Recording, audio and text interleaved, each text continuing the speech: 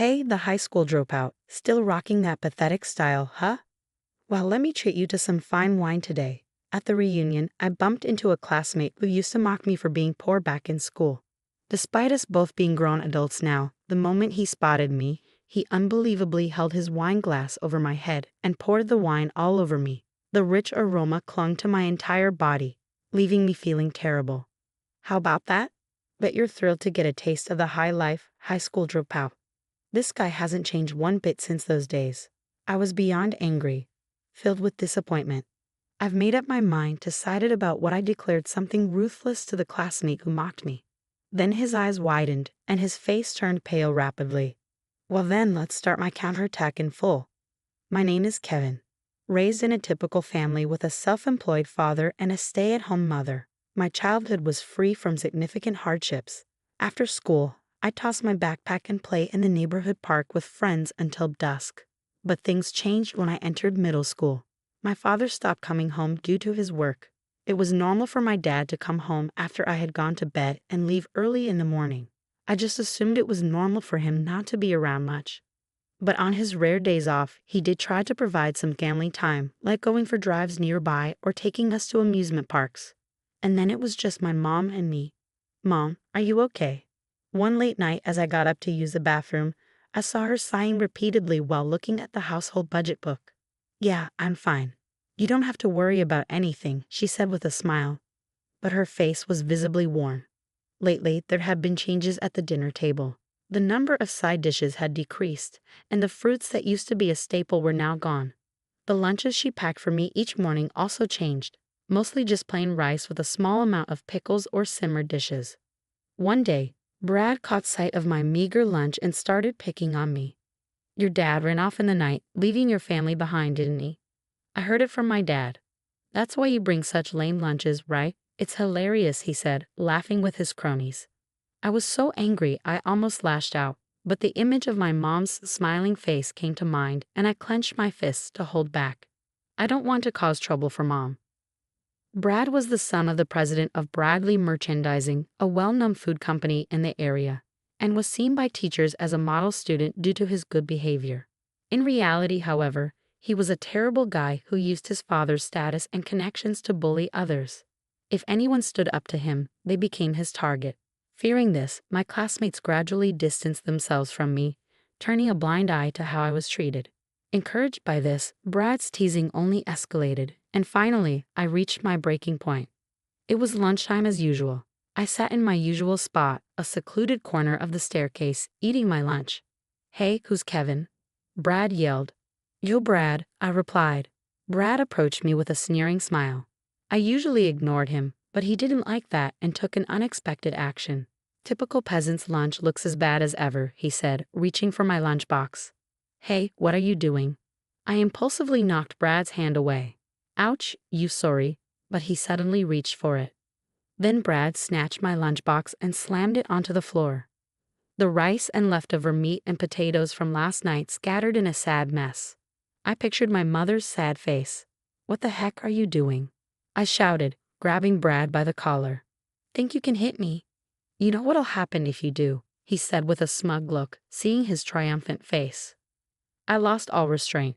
Before I knew it, I was on top of Brad, his handsome face red and swollen, his lips split. Both of us were breathing heavily. You'll pay for this. Brad's voice trembled. Hey, what are you two doing? A teacher from student discipline, alerted by the commotion, yelled fiercely and dragged us to the guidance office. I'm so sorry, my mother said, her face pale, bowing repeatedly. This is unacceptable, causing such a disturbance at school. The teacher with a characteristically shiny face and bulging eyes scolded us. No matter how many times I explained, the teacher wouldn't listen, instead fully believing Brad's fabricated story. Brad, as if nothing had happened, vilified me as a violent person. Being the son of a well-known local businessman, he was untouchably supported, facing no consequences. Faced with this blatant injustice, all I could do was endure. After the hellish guidance session, as my mother and I were leaving, the teacher spat out at me. I'm worried about what kind of adult you'll become, always resorting to violence. Can you even become a decent person? Just you watch. But our life became increasingly difficult, with my mom's part-time job not enough to make ends meet. Despite the violent incident with Brad, my mom believed in me to the end. Always kind, my mom was someone I didn't want to burden any further. So with a sole desire to ease her burden, I decided not to pursue college and instead chose to work. Decades have since passed, days whizzing by, seasons changing rapidly, and society evolving at a dizzying pace, brimming with new conveniences. Before I knew it, the familiar streets had transformed, and my bitter, dark adolescent years seemed to fade into the distance. It was around this time that I received an invitation to a middle school reunion. When I saw that letter, the image of Brad's sneering face came back to me. He would undoubtedly be there. Honestly, I wasn't keen on going, but we were all grown-ups now. Surely he wouldn't start anything petty. With that thought, I decided to attend. "Hey Kev, long time no see. You look good." Being called by my nickname by a classmate felt like I was back in middle school. While many had drifted apart after the violence, a few classmates who remained friends through it all were there, and he was one of them. "Man, you've aged a bit, haven't you?" he said, patting his protruding belly. "You too." As we shared updates and reminisced, a familiar voice rang out. "Hey, you're here too, huh? Wow, Brad, that's you." He seemed quite drunk and was in high spirits. "Brad, you okay?" I was surprised at myself for expressing concern. But Brad, glaring fiercely, retorted, "A bottom feeder like you worrying about me? I hadn't fallen that low." "Listen up." Holding a wine glass, he boasted, "I run Bradley Merchandising. It's wise to stay on my good side." He laughed arrogantly, then peering into my face, he exclaimed, "Hey, the high school dropout, still rocking that pathetic style, huh? Well, let me treat you to some fine wine today." And with that, Brad held his wine glass over my head and poured the wine all over me. The surrounding crowd went silent, staring at us in a scene of total chaos. The reunion was completely ruined. The rich aroma clung to my entire body, leaving me feeling terrible. How about that? Bet you're thrilled to get a taste of the high life, high school dropout. He hadn't changed a bit from the times he used his privileged position to cause trouble. I was beyond angry, filled with disappointment, all my secret hopes shattered. "Brad, have made up my mind, decided about what to do." To Brad's mocking face, I delivered a stark announcement. "You're fired." The room fell silent for a moment. "Fired? What's that supposed to mean? High school dropout? Can't even speak English?" Brad asked, clearly baffled. But I said seriously, "It means exactly what it sounds like." The crowd began to murmur. A former classmate tapped my shoulder and asked a question that seemed to float in everyone's mind. "So what do you do now?" "I currently work at a food company as renowned as Bradley Merchandising." Wiping my head and face with a handkerchief I took from my pocket, I started explaining. "I'm in charge of corporate acquisitions, and I'm actually working on acquiring your company as the next president. You should know this better than anyone." "What? What are you talking about?" Brad, trying to act tough, had his lips twitching and sweat on his forehead. "President Johnson should have officially contacted you about this, right?" "Johnson? President?" Brad's face turned completely pale. "Yes, I work for Johnson Merchandising, a company my father is the president of. After high school, I joined this company and now serve as an executive director, overseeing the entire company. Deciding not to pursue college and instead work was tough, as there were hardly any companies willing to hire someone with only a high school education. I couldn't afford to be choosy anymore. I applied for any job I could find and ended up working part-time at a logistics warehouse. However, the barrier due to my lack of education was thicker than I imagined. Once people learned about my educational background, their attitudes changed, and I was never considered for permanent employment. Would my life end just as a factory Tim, lost in despair? I was returning home from work one day. When I encountered the unexpected, I arrived home to find my father, whom I never thought I'd see again. He looked much older, with white hair mixed in. Despite his weak smile, the sight of him brought a surge of anger, thinking of all the hardships we endured. "You just waltz back now. You have no idea how much we suffered."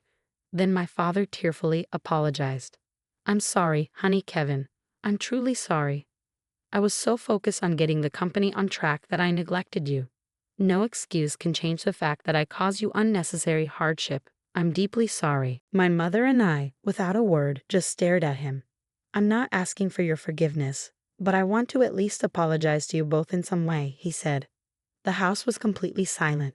Eventually, my mother spoke up. Regardless, I'm thankful you've come back. Things might not go back to how they were, but I do want to try and rebuild our family little by little. But there's a condition. What is it? My father asked. Give this boy a full-time job at your company, my mother said, surprising me. Kevin has been working hard since he decided not to go to high school. He should be enjoying his youth like others his age, but due to his educational background, he struggled to find a full-time position. My mother's face was serious, almost frighteningly so. How much time had passed? I wondered. All right, my father said. Kevin can work at our company, but on one condition. He must take the GED. Understand? There was a sense of earnestness in my father's voice, his concern for my future evident, considering the circumstances. Having to give up high school to work, I stepped up from a factory temp to an employee at a renowned company. Of course, it wasn't easy at first. In fact, it was a continuous struggle. Being the president's son made me a target of envy, and I was often harshly criticized for even minor mistakes. Being new to corporate life, I struggled with understanding business etiquette and social norms. Sweating through every new challenge, my colleagues would just scoff, offering no help. I felt completely isolated at work. Despite this, I worked tirelessly, volunteering for menial tasks and responding earnestly to unreasonable demands from superiors. Seeing documents I worked hard on being thrown into the trash with a smirk, or finding my desk littered with trash, I often thought about quitting. It was disheartening to be judged through the lens of being the president's son. Despite all my efforts, what kept me going was my mother's presence. The mixed emotions she must have swallowed when she asked for me to be hired at my father's company must have been excruciating. For her sake, I had to meet the company's expectations. As I continued to work relentlessly, gradually, people began to recognize my efforts. Slowly, I was accepted as a team member, and this began to reflect in my work results. It possibly provided a healthy stimulus for other employees as the company's sales started to rise year by year. As a result of my hard work, I was recognized and promoted. From this year, I became an executive director entrusted with important tasks. I have been involved in negotiations for the acquisition of Bradley Merchandising, a company that had been on a downward spiral for several years. Kev, you've made an incredible rise through the ranks. Never thought we'd have an executive director among our classmates. It's going to be awkward just casually inviting you out now. My unexpected identity caused a stir among the crowd. But Brad, still in disbelief, insisted, "Stop lying. I don't accept such a tall tale." Well, it seems your dad, the president, didn't share much about the company's situation with you. It's not surprising you didn't know. But my father was going to make me president. About that, I said, my expression serious. My father instructed me to overhaul the entire management of Bradley Merchandising, from the president down. That's impossible. Brad's face froze. But I didn't have enough evidence to make such a drastic decision. Then I heard about the reunion and remembered. You were supposed to be the next president. I thought it wouldn't be too late to meet and talk here, but as I let out a breath, releasing the disappointment welling up inside, Brad, you hadn't changed at all. Still belittling and blaming others, still full of baseless confidence. That doesn't mean you can fire me. Come on, help me out. We're classmates, right?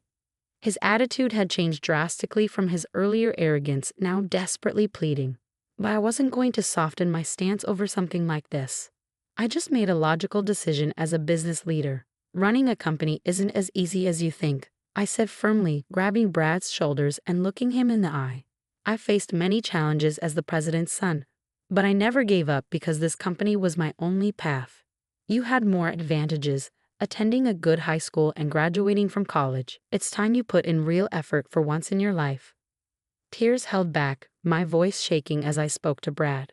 But he just stared back in silence, not uttering a word.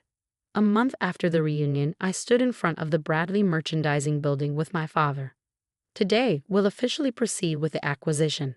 I had confided in my father the day before, and after some reluctance, he agreed to my terms. We've been waiting for you, said the president of Bradley Merchandising, greeting us as he entered the meeting room, followed by his son, Brad. Bradley spoke of his intentions to have Brad succeed him as president. Now, about the acquisition, he prompted me to start the discussion. But Brad's behavior was appalling, far from what one would expect from a future president or even a professional. I raised my voice. Hey, Brad, are you even listening? This is about the future of the company. You even realize the responsibilities of a president? I don't need to hear that from you, Brad retorted. Then he turned to his father, saying something outrageous. Dad, are you sure it's okay to trust our company to someone who just climbed up using his parents' influence? Brad's suggestion that he was more capable of making beneficial decisions for the company seemed almost delusional. My father, witnessing this, clearly showed a look of exasperation. Even the usually stern face of Bradley grew more severe. Fool. What do you know about our company? He said, his temples throbbing with anger. Brad could only stare back with an expression I had never seen before. Bradley continued unabated by his anger. Kevin's right. Your attitude today is beyond disrespectful. Running a company is not a game. If you're not serious, then leave. Brad's voice was pitifully weak in response to his father's overwhelming presence. The president then stood up, facing us with a serious expression. I apologize for this disgraceful display. I've been too indulgent with my son, expecting him to become more responsible in the workforce. But I was mistaken. I never imagined he would behave so foolishly, especially in such a setting. To you, the executive director of Johnson Merchandising, and you, Kevin, I apologize for his many discordances. As a parent, I am truly sorry. My father then addressed Bradley. Your feelings are clear, Bradley. The once imposing figure of the food company's president seemed utterly diminished. Bradley, with a desperate look, continued, President Kevin, we need your help to save Bradley Merchandising. We no longer have the strength to continue on our own. If we come under your company's wing, I will step down from all my management roles, and the same goes for the entire board. But please keep our employees, our precious staff, without letting anyone go. With that, he bowed so deeply his forehead nearly touched the table. I looked at my father, who seemed deep in thought, his eyes closed. Dad, I murmured quietly. He nodded solemnly. Bradley, I began, yes, I see how much you care about your company. Given that, let's give you another chance to turn things around. Brad and his father looked shocked. Yes, a chance. If you genuinely care about your employees, there's still something to be done. We'll support you as much as we can.